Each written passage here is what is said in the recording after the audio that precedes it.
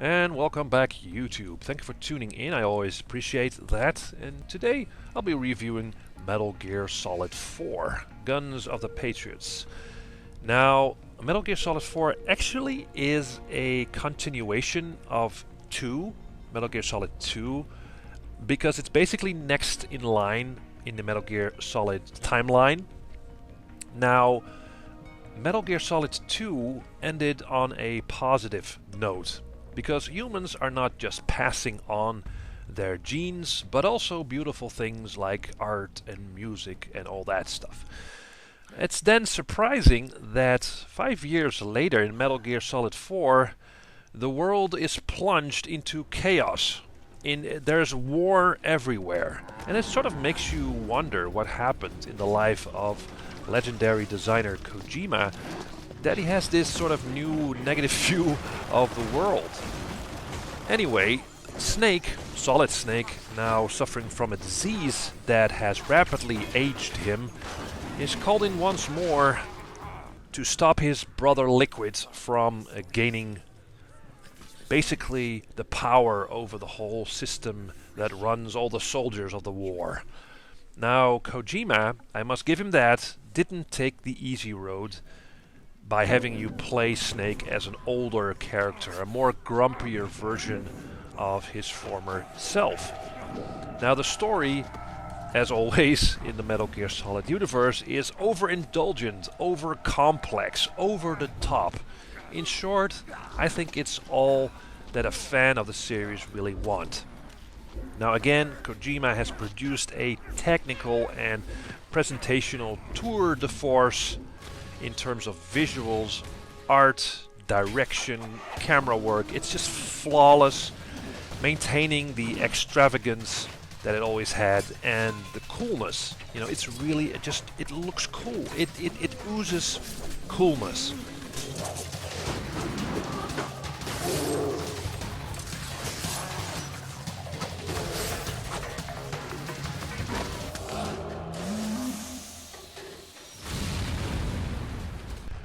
It's accommodated with a great score, an amazing voice acting as well, especially David Hayter doing the old Snake voice is just amazing. Now, let's talk gameplay.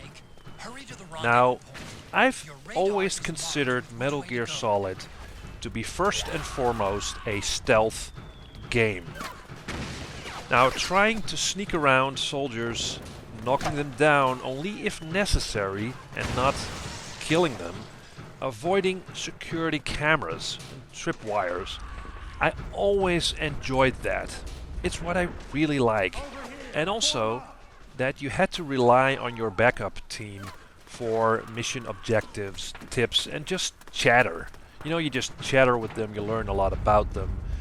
Now you can still do that, and there's a huge cast of familiar characters. All the ones that are in the second game are back, but basically there is no need to talk to them, as this whole talking with these characters is not an integral part of gameplay anymore, because again, in the past you really had to rely on them to progress in the game for hints and tips and how to do things. Now you just follow a waypoint from A to B, and the levels are quite linear in a way that, of course, there are some side paths you can take to your objective, which is good. And you can also see that the series is actually moving to an open world environment like in Metal Gear Solid 5. But I mean, the loading times just to load a level, and the levels are quite small, and it takes so long to load. You'll be looking a lot at loading screens. Now, I can deal with that because it's a great presentation. It's just stylish. It's, you know, I can live with that. But there is just something going on with Metal Gear Solid, and I'll explain what that is. Now, in Metal Gear Solid, the game sort of reminds you all the time that you need to sneak around, that you should not interfere with the war that's going on. But the problem with Metal Gear Solid 4 is that, especially in the beginning of the game, where you're just dropped into Warzone, it is almost impossible to play this as a stealth game. Because the war setting means that there's a lot more soldiers around and you will be detected sooner or later. Now, and once that happens, reinforcements are called in and the game turns into a third-person shooter. And to be really honest here, not a very good one. Most enemies just stand around doing nothing in the open. There's no cover system in any shape or form in this game, like in Gears of War or Uncharted that did that a lot better, by the way. Furthermore, the game does not reward the player for sneaking and using stealth tactics, basically. Because the game only rewards the player for killing or tranquilizing soldiers, since then they will drop ID-locked weapons that you can pick up and are automatically sold for these points or cash or currency or whatever you call you call it. And with these points or cash or currency, you can buy new weapons and gear on the fly in a convenient but also not very immersive menu. I just don't like this. I don't like playing a game where I'm in the world and then I have to go into a menu. So I have to get out of the world, get into a menu, and then buy my weapons and continue. This is something that is very not immersive. It's not immersive. So there, in Metal Gear Solid 4, there's really an emphasis on guns, gunplay, and customization of that. I mean, you can do a lot of that, and I do like that. I like all kinds of weapons, using weapons, but the problem, again, it's just not a very good third-person shooter. Now, later on in the game, you get some nice equipment for better stealthing, basically. You already have this stealth suit that you can match the color with your environment, so people won't really notice you. Although that doesn't seem to work very well, but later on in the game, the stealth comes back a bit. There's this mission where you need to track a person, and you have to go through all kinds of environments. And you will also be ambushed by soldiers. So that, and you can also snipe these soldiers, by the way. So that's really a lot of fun. Where's he hiding?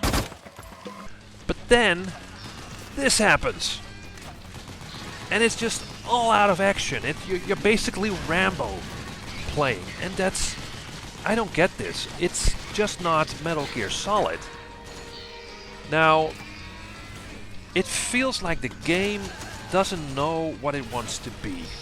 Does it want to be a stealth game, or does it want to be a third-person shooter?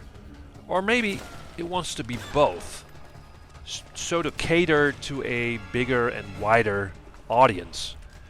But it's, as a stealth game or shooter, neither part is well executed. So this game, as the gameplay is concerned, for me, in my opinion, really feels like a mixed bag. I mean, the sum of parts is still good and I enjoyed the game, but in my opinion, this is just not the masterpiece that at the time of release in 2008, a lot of review sites and reviewers thought it was. It even got a 10 out of 10 on IGN, and it's just not a perfect game. It's far from it. It's really weird. But I did enjoy it. I did enjoy the story. I did enjoy the visuals. I did enjoy the camera work, the action scenes.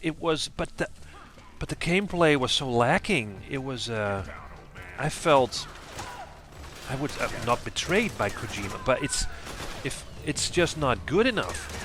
So it's average in gameplay. It's a great visual spectacle, but it's average in gameplay. And I'm sorry if I offend anyone with this review, but again, this is my opinion. I like the game, but it's not perfect.